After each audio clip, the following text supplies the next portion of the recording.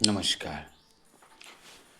কলিযুগের মহামন্ত্র হরে কৃষ্ণ কৃষ্ণ কৃষ্ণ হরে হরে, হরে রাম রাম রাম হরে হরে। এই মহামন্ত্রের অর্থ কী? হরিনাম ঠিক যেমন আগুন স্পর্শ করলে কোনো বস্তুকে পুড়িয়ে দেয়, তেমনি বস্তুবাদী সাধনায় মগ্ন ব্যক্তিদের সমস্ত পাপকে নির্মূল বা পুড়িয়ে ফেলার ক্ষমতা রাখে। এই ঐশ্বরিক নাম কেবল অজ্ঞতা দূর করে না, বরং ভগবানের আনন্দময় রূপকেও প্রকাশ করে।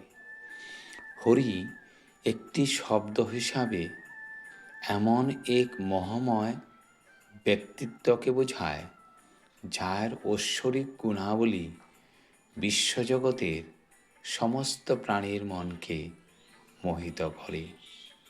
তার যৌবন, সুন্দর রূপ এত আকর্ষণীয় যে এমনকি কামদেবরাও এতে মোহিত হয়। হর শব্দটি হল হরির কণ্ঠস্বর। অন্যান্য অর্থের পাশাপাশি হরে শব্দটি বৃষভানুর কন্যা হর বা শ্রীমতী রাধিকাকেও বোঝাতে পারে। তিনি তার সুন্দর রূপ এবং প্রেমময় স্নেহ দিয়ে রাস নৃত্যের সময় হরির মন চুরি করার জন্য পরিচিত। হরে শব্দটির অর্থ হল হরের কণ্ঠস্বর। কৃষ্ণ শব্দটি কৃষ শব্দের মূল থেকে উদ্ভূত, যার অর্থ সর্ব আকর্ষণীয়, এবং ন, যার অর্থ পরম আনন্দ। এই শব্দগুলিকে একত্রিত করলে কৃষ্ণ শব্দটি তৈরি হয়, যা সর্ব আকর্ষণীয় এবং পরম আনন্দময় পরমেশ্বর ভগবান শ্রীকৃষ্ণকে প্রতিনিধিত্ব করে। তিনি নন্দন নন্দন এবং শ্রী গোবিন্দ নামেও পরিচিত। পদ্মের মতো চোখ এবং গাঢ় নীলবর্ণের অধিকারী। ব্রজবাসীদের কাছে কৃষ্ণই হলেন আনন্দের একমাত্র উৎস। রাম শব্দটির অর্থ রমন্তে, যার অর্থ অসীম আনন্দের মূর্ত প্রতীক।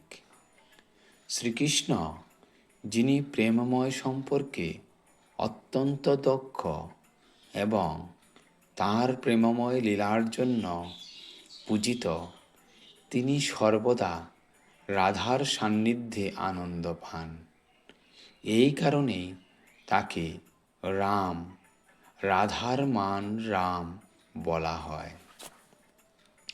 পরমেশ্বর ব্রহ্মকে রাম হিসেবেও স্বীকৃতি দেওয়া হয়, কারণ যোগীরা তার শাশ্বত আনন্দময় রূপের চিন্তা ভাবনা করে আনন্দ খুঁজে পান। হরে কৃষ্ণ কৃষ্ণ কৃষ্ণ হরে হরে, হরে রাম রাম রাম হরে হরে। হে রাধা, আমার মনকে তোমার দিকে আকর্ষণ করো এবং আমাকে জড়জগৎ থেকে মুক্তি দাও। হে কৃষ্ণ, আমার মনকে তোমার প্রতি আকর্ষণ করো।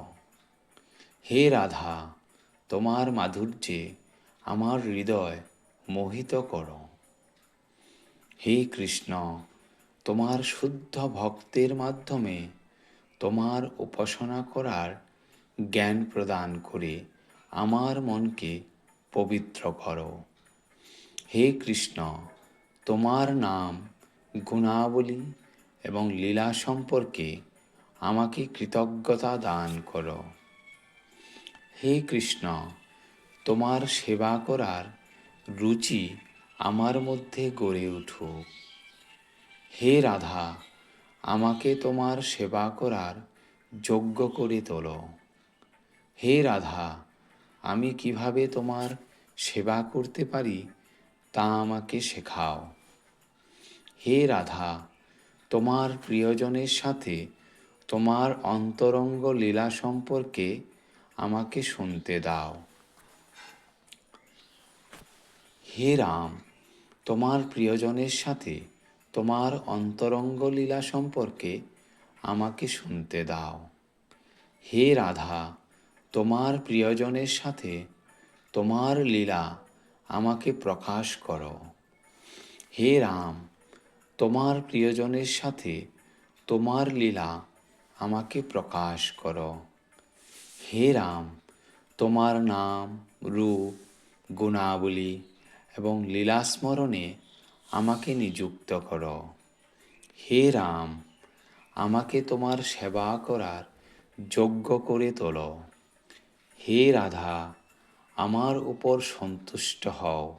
হে রাধা, আমার উপর সন্তুষ্ট হও। ধন্যবাদ।